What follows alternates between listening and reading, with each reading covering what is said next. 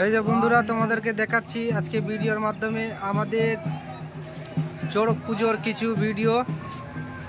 তো চড়ক পুজোর ভিডিও চলে আসছে হাজিরা নাচতে নাচতে তোমাদেরকে দেখাচ্ছি ভিডিওর মাধ্যমে। ভিডিও ভালো লাগলে লাইক কমেন্ট ফলো শেয়ার করে দিবা, যাতে তোমাদের কাছে আমি ভালো ভালো ভিডিওগুলো দিতে পারি।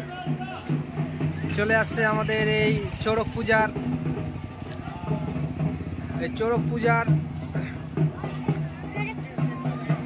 পূজার হাজিরা নাচ।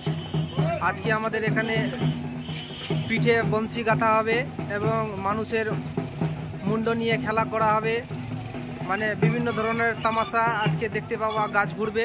তো তোমাদেরকে ভিডিওর মাধ্যমে দেখাবো। দেখো ফ্রেন্ড, ভিডিওতে চলে আসছে, তো দেখতেই পাচ্ছ। এই তোমাদের ভিডিওর মাধ্যমে দেখাচ্ছি আমি। দেখো চলে আসছে আস্তে আস্তে। দেখো ফ্রেন্ড,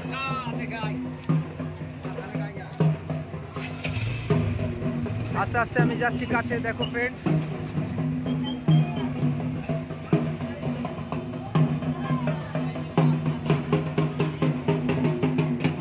মানুষের মুন্ড নিয়ে নাচ করছে।